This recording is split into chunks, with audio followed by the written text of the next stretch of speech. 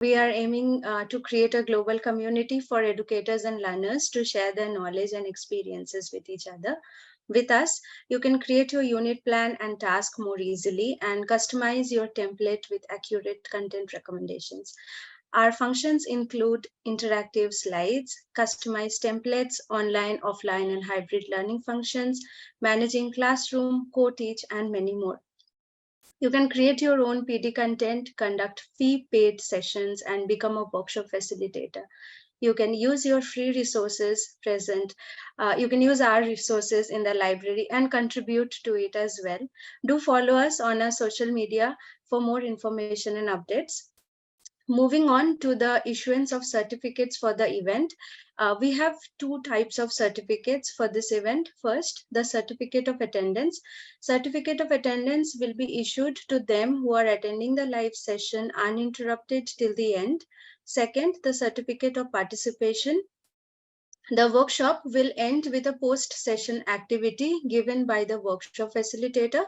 Once you complete the activity and upload your evidence, you will be eligible for the same. We will be sending you the platform navigation and submission details via email. The feedback form will be sent to the chat box. You need to fill it up in order to get the certificate. Generally, we take 14 working days to issue the certificates. Now, let me welcome our esteemed workshop facilitator, Mr. Tom Bronson. Tom has been an educator for 30 years. For the past 11 years, he has been a consultant and a workshop leader for IBM YP.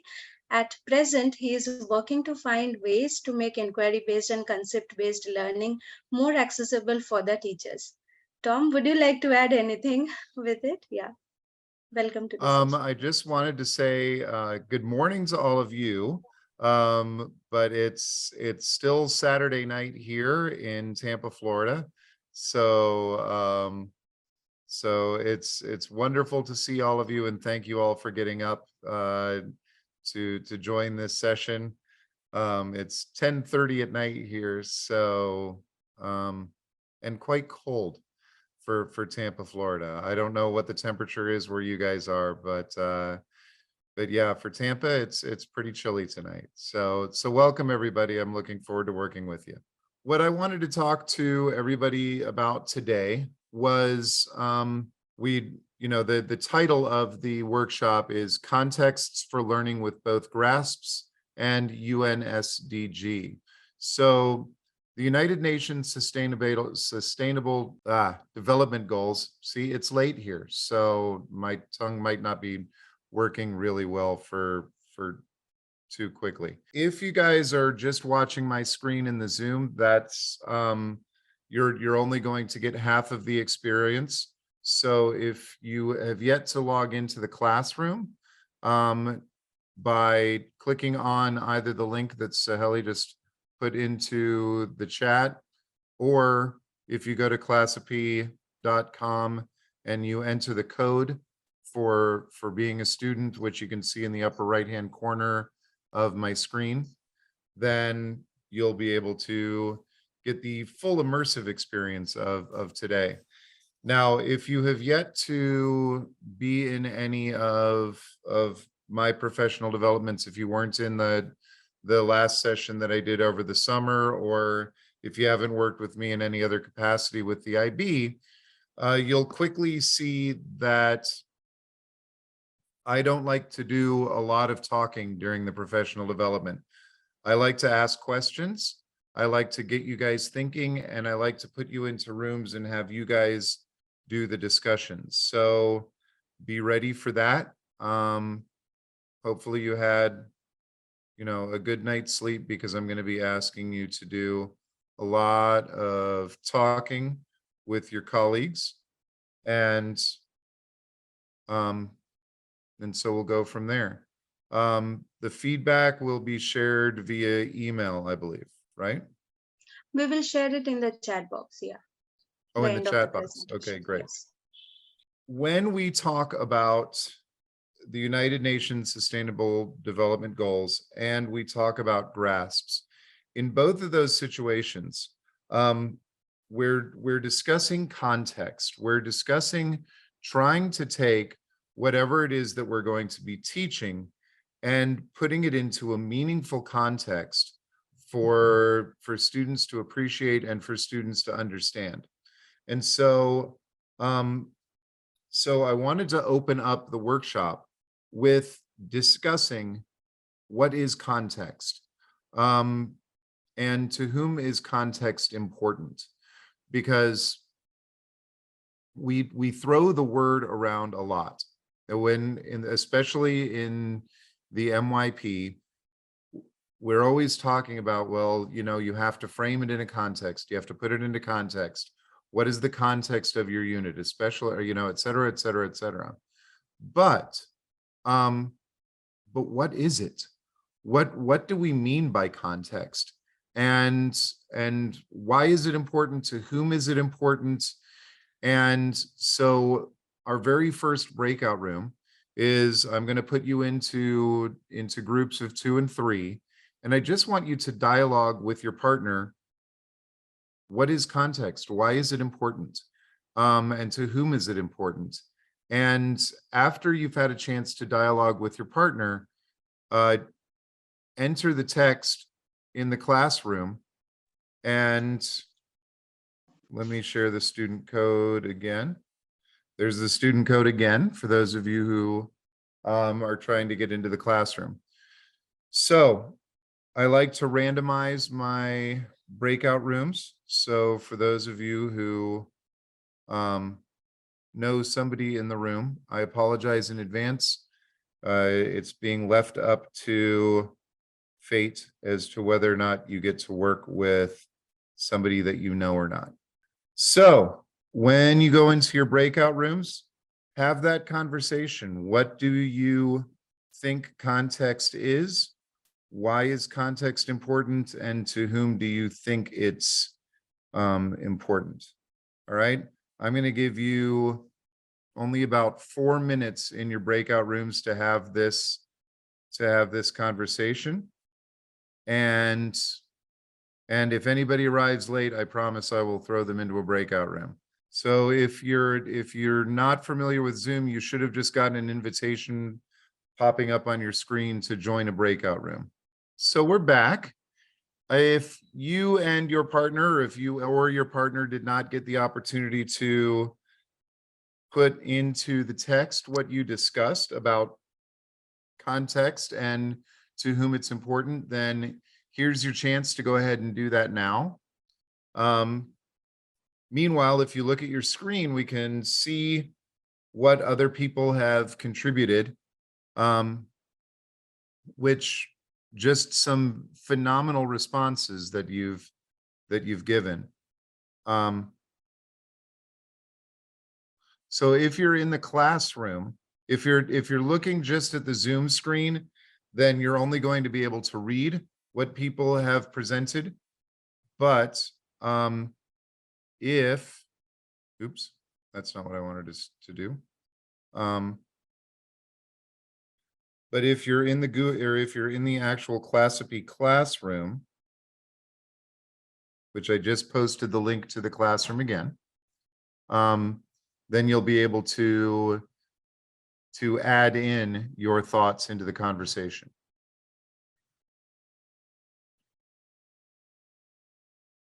So we see a lot of things about the facets of the situation which inspire and motivate the students. I love that. Unique and specific to school stakeholders, to geographical environments. That's fantastic.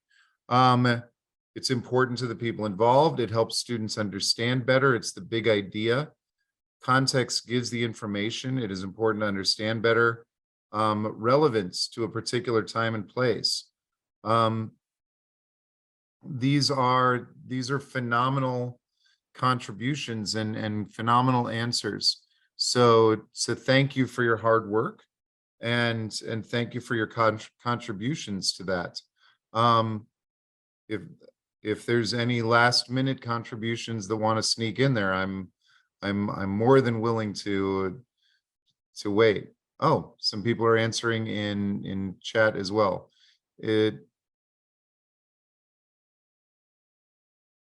Context is the environment, the student example. will be exposure to their education level, entry level. Context is important to the teacher for pedagogical guidance and students for mapping. Great. The main attraction of the discussion, which relates with the listener and the speaker. These are wonderful. Context is a reference. So, one of the things that I like to think of is when, and you guys do as well, in terms of the big idea, it's what motivates the students. It's what makes the students interested in, for lack of a better term, interested in buying our product. Our students don't always come to class, don't always come to school ready to take what we're wanting to give to them. And so very often it becomes a challenge for us to market our product to our students in a way that shows them that relevance, that shows them that meaning.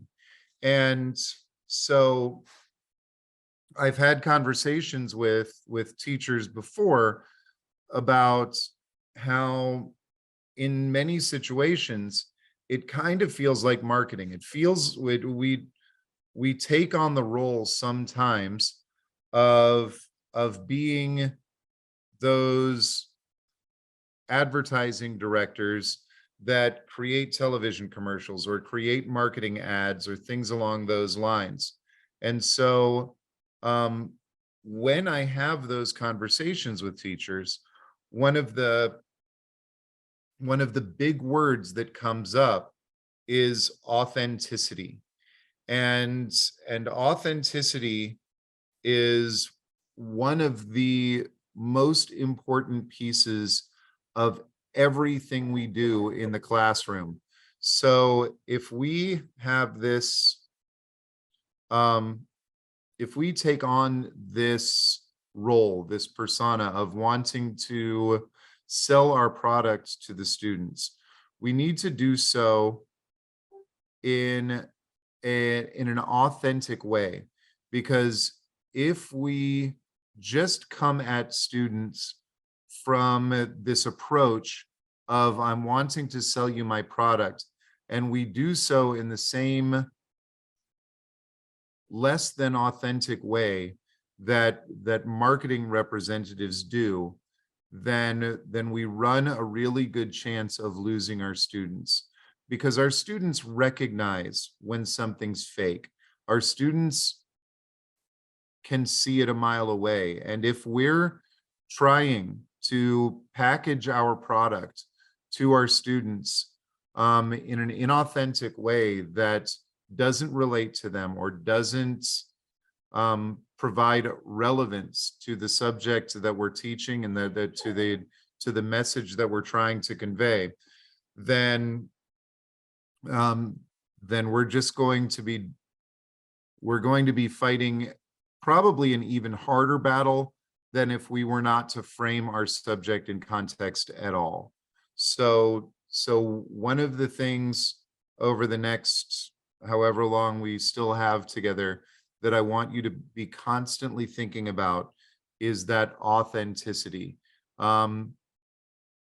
Just putting it in context isn't good enough. We need to be thinking about putting it into an authentic context. Okay. So the name of the workshop is Contexts for Learning. And yet you keep hearing me talking about assessment, you know, how are we going to frame our unit, et cetera, et cetera. When we talk about the UN Sustainable Development Goals and we talk about GRASPs, we're generally talking about entering the unit through assessment. We're generally talking about beginning with the end in mind, so that we know how to frame the entire unit, because a mistake that educators sometimes make is leaving the context until the end. And that's a dangerous thing to do when you're trying to educate students. You want to frame the entire unit. You want to let students know what's going to be expected of them and what the goal of the entire unit is, so that as you move forward through the unit, you can constantly be reminding students of that final destination. Where are we going? What are we trying to do? What are we trying to accomplish? An analogy that I often use is, if I hire a team of construction workers to build me a house, I want to show them a picture of that house beforehand. I want them to know, before we've ever begun any sort of training, what kind of house they're going to be building for me, what pieces of the house they're going to be responsible for. And so when I begin training them to build me this house, they're able to pay attention to every component of the building process. One of the things that educators have done in more traditional settings is entered into the unit and just begun teaching the skills, teaching the topics, teaching algorithms, facts, information in general. And then at the end, they've put it into context. And if I were to do that with my construction workers, and I were just to say, welcome to the team, and I begin teaching them about pouring concrete and plumbing and hanging drywall and all that kind of stuff, sure, I would get lucky, and some of those teachers or some of those construction workers would pick up on all of the pieces, but some wouldn't understand the relevance. They wouldn't understand the context. And when finally at the end of training, I said, okay, great, build me this house, I would have a lot of construction workers going, wait, what was that middle part again? Because I'll be honest, I wasn't really paying attention. And we hear that from our students all the time. So it's not just about assessment. It's not just about context. It's about, framing everything that we do so that when students reach that capstone of our unit, they're fully equipped for success. Now, I don't know how, I know that we've got some PYP people in the room, and I know that we've got some MYP people in the room. And if you're not a part of the primary years program and you're not a part of the middle years program, then I highly recommend framing your units in terms of global contexts anyway. We've got these transdisciplinary themes for the primary years program. We've got the global contexts for the middle years program. And when we begin creating a unit of study, when we're looking at these transdisciplinary themes, or when we're looking at these global contexts, these provide relevance. And somebody had mentioned this in that very first activity about to whom is context important. Somebody had mentioned that it's age appropriate. And so when we look at the transdisciplinary themes for the primary years, these are age appropriate, and they're contexts to which we can then package our content to make what it is that we're selling to our students relevant to our students. Now, the global contexts. Realize that we teach everything from 11 years old to 16 years old. And there's a pretty wide gap as far as sophistication of understanding. And so when we move into these global contexts, we have to be hyper aware of the age group that we're dealing with, so that we're providing them, again, authentic contexts for what it is that they're learning. So the UN sustainability or sustainable development goals. These are contexts in which we can place our content, and these provide the apex. These are the highest possible context that we can place our content in, because this is real world. This is as real as it gets, because this shows students what is currently happening in the world, and it provides them potentially a focal point for the unit that makes sense to them, that they understand, and they understand the relevance. Now, what we're going to do in this activity is I'm going to put you back into breakout rooms. And when we look at these UN Sustainable Development Goals, these are lofty, they're huge, and they might be initially too large for our students to really understand the relevance and the general application of what it is that we're doing. So in this particular activity, what I want us to do is I want us to look at the UN Sustainable Development Goals in terms of these global contexts that we had just discussed with the MYP. Now, if you're a PYP teacher, there is alignment with our transdisciplinary goals, and we can see that alignment. So I didn't want to make the Padlet too incredibly huge.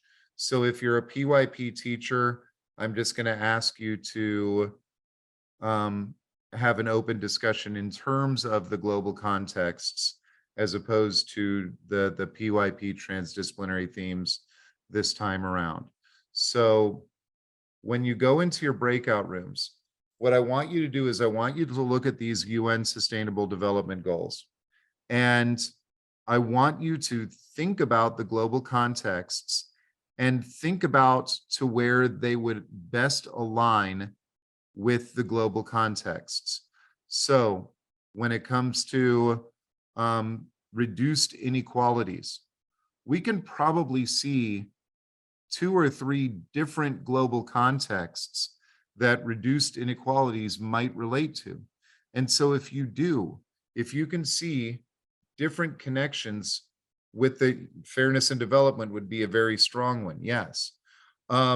So when we see those connections, put them into the Padlet.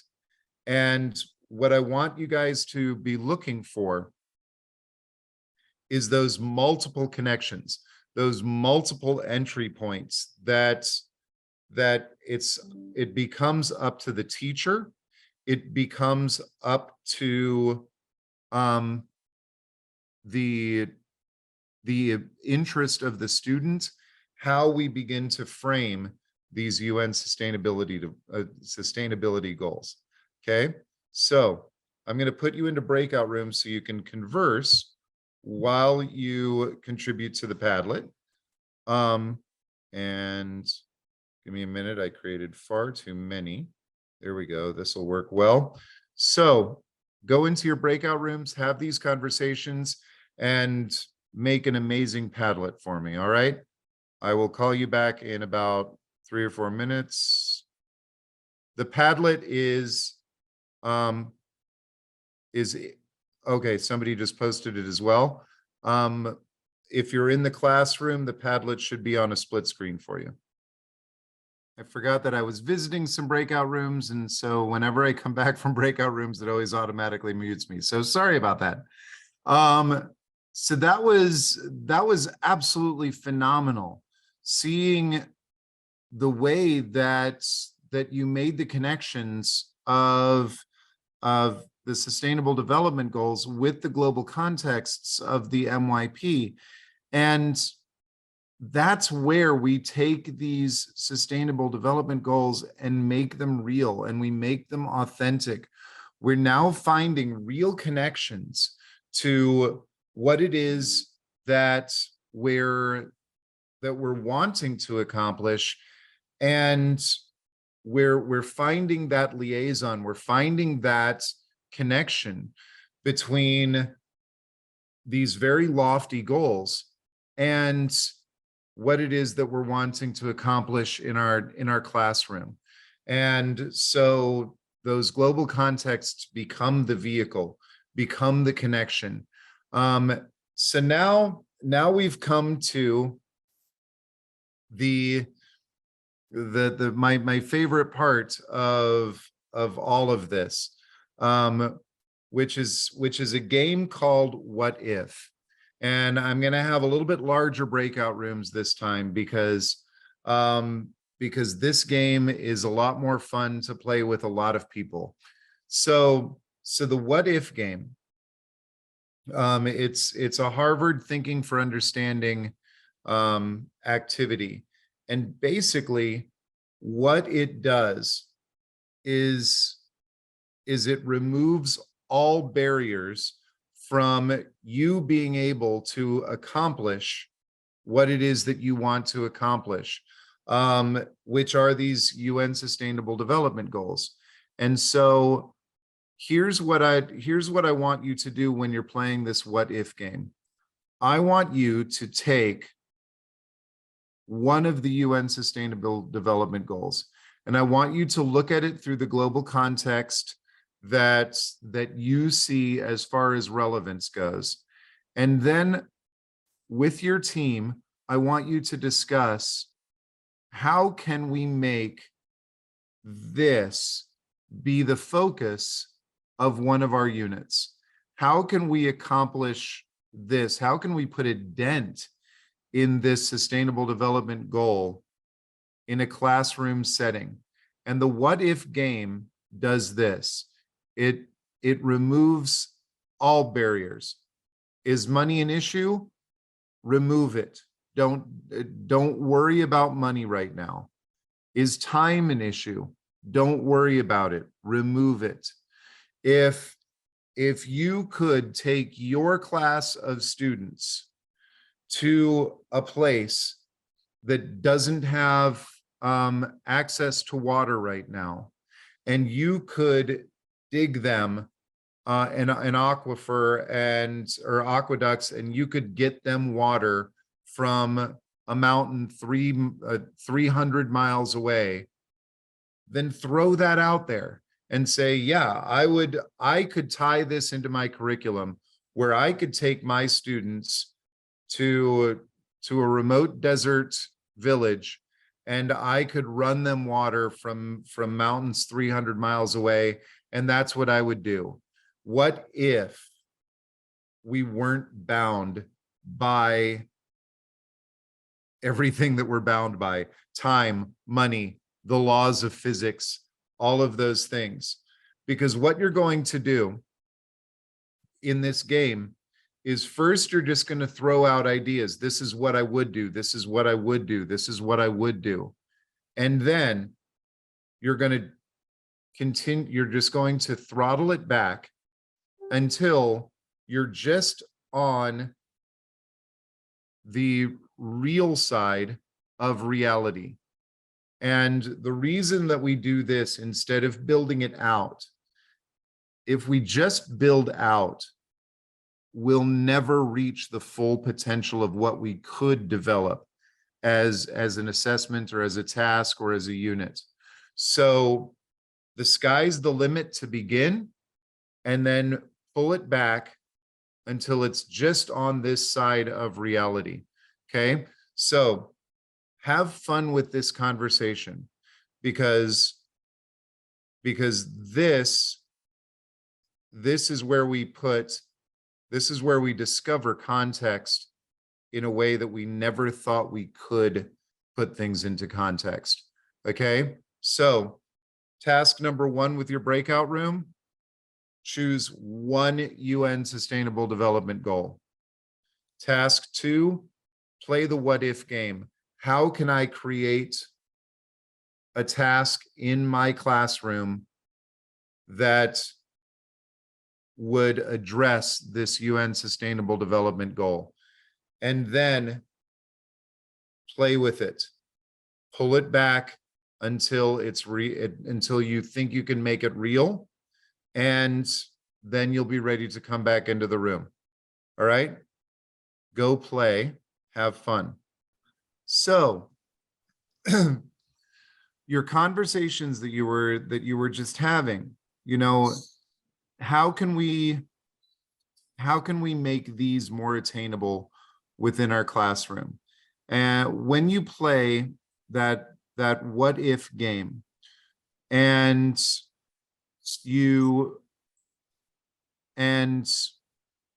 the sky is the limit, and there's no money involved, there's no time involved, there's no laws of physics involved, and you're just thinking of how big can you go with this, then it begins to open up opportunities and open up doors for you that you never really thought existed, because money is an issue, time is an issue, the laws of physics do exist. We can't just teleport to the middle of the desert with our students. It'd be amazing if we could, but what can we do? And so if you can ever find something that you can make happen, then that's your focus. I don't care if it's acting locally so that you can affect globally, or if it's advocacy, or if it's looking into the transparency of different charities that do directly act with whatever sustainable development goal that you're looking at. If it's real, then that's your focus. If it's not real, if it's not something that you're going to be able to authentically achieve within your classroom, that's when you make it a GRASPS. And that's only when you make it a GRASPS. Guys, the ultimate thing that we can ever possibly do within our classroom is service learning. So if there is a way that we can take our content and connect it to the greater good, then we need to do that, and we should not be doing that through the GRASPS lens. GRASPS is for simulations. GRASPS is for role playing. Now, as far as authenticity goes, as far as student achievement goes, studies have found that students in role play situations, their involvement increases by over 40%. When you give the students the opportunity to be somebody other than themselves, then their buy-in, the way that they approach that particular unit is going to increase statistically by over 40%. And on the document, on the page, there is a GRASPS template that you can make a personal copy of yourself. If you could just make your own copy of it so that everybody's not typing on the same document. But what GRASPS does is it creates a simulation, and it gives you all of the pieces in order to create a meaningful simulation for your students. So again, if your students can be them, can be your students, and they can go out into the community and they can directly attack one of these global sustainability goals, then have them do that. That's not a role play situation, and we wouldn't want to demean the situation, demean the assessment, demean the unit by calling it a GRASPS task. That's service learning, and that is the apex. That's the most we can ever ask our students to do. But if you play that what if game and you just can't find something real to do, then give your students a goal. Give your students a point of focus that's a role play situation. And that really is just going to be your statement of inquiry. You're going to put down as your goal that you want your students to be able to understand this particular statement of inquiry. But now, what is their role? Are they a civil engineer running an aqueduct to a desert society? Great. They're not that right now. But if we put them into that role play situation, then someday they might be, and they'll have already experienced this situation once in a simulation, and you never know, it just might spark something to lead them in that direction, or to say to them, you know, I think I might actually be able to figure out a way to do this. I know that there are certain organizations that provide students, middle years students, the opportunity to explore these kind of things in summer programs. Outward Bound does it in Costa Rica, where students can go and spend a couple of days building aqueducts to bring water. And so if students are intrigued by this, they can pursue it. So that's why these role play situations are so powerful. So their role, they're a civil engineer. Their audience is their boss, is the town that they're building this for, whatever the case might be.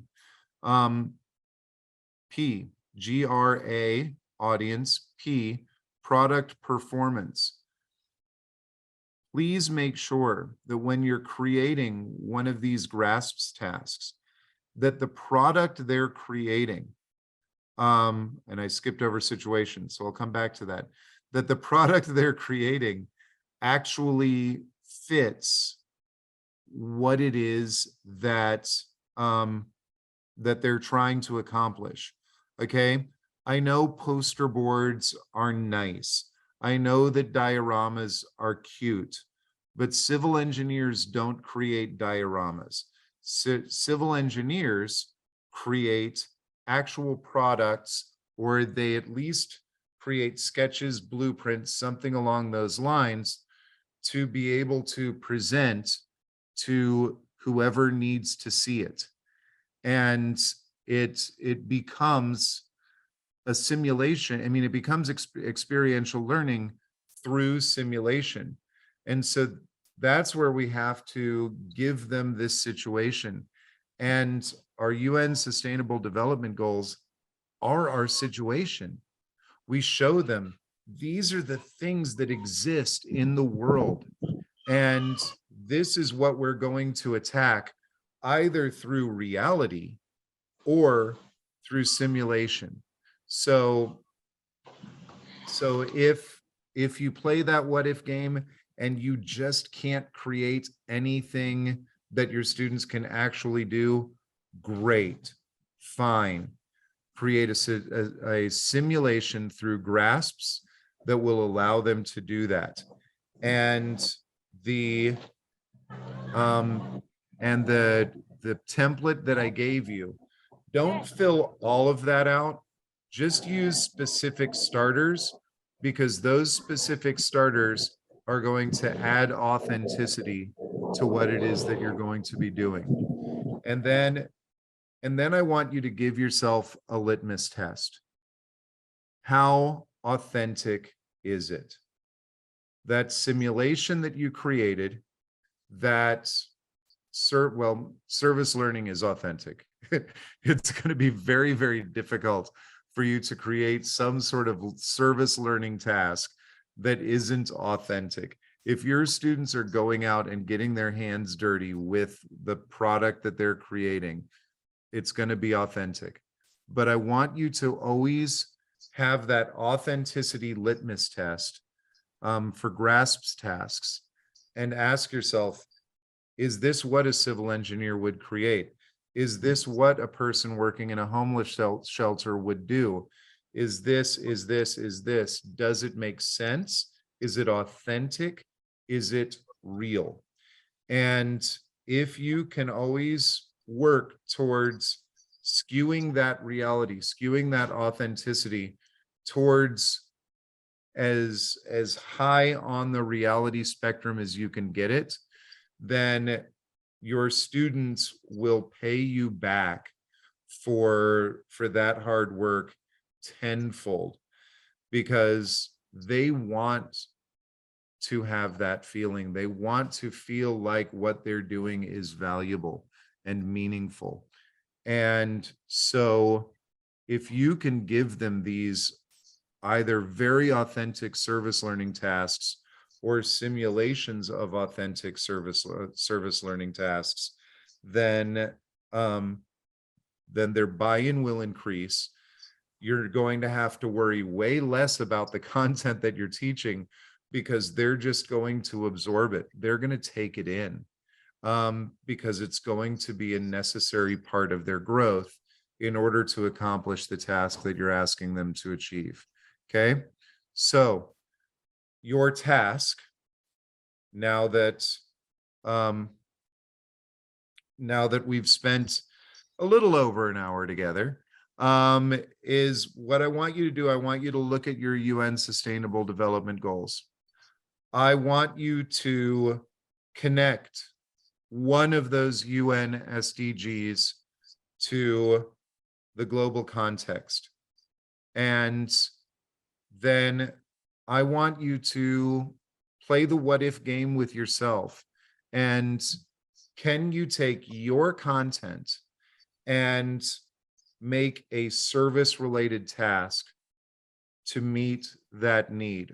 Or after you've played the what if game with yourself, did you decide that, nope, that's a bit too much to take in or to take on? I'm going to create a GRASPS task out of it instead. And then what I want you to do is record yourself on a video and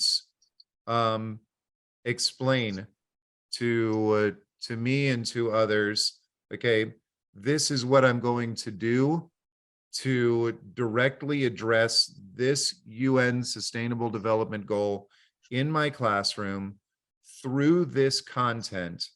This is how I'm going to do it. My students are going to do this as their summative task, and just play and have fun with it.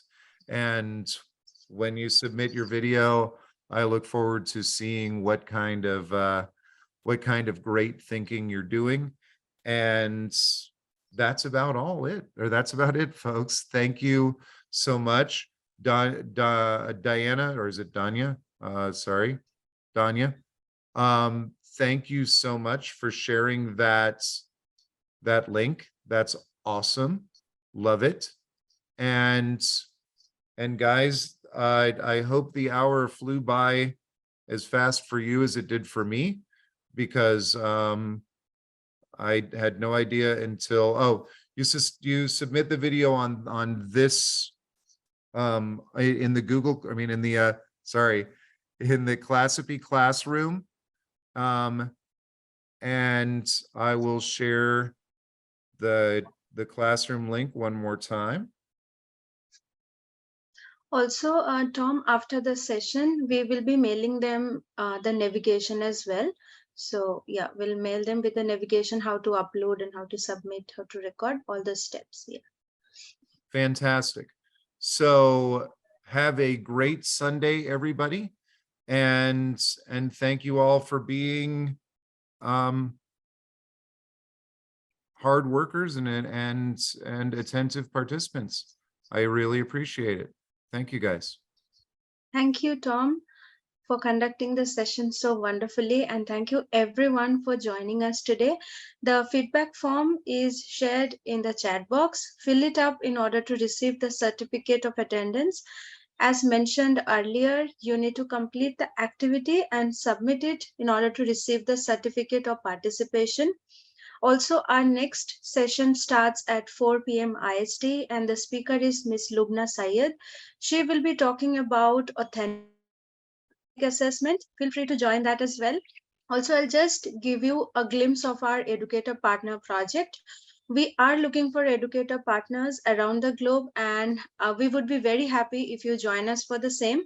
We will support you to become an educator influencer and connect to the global community.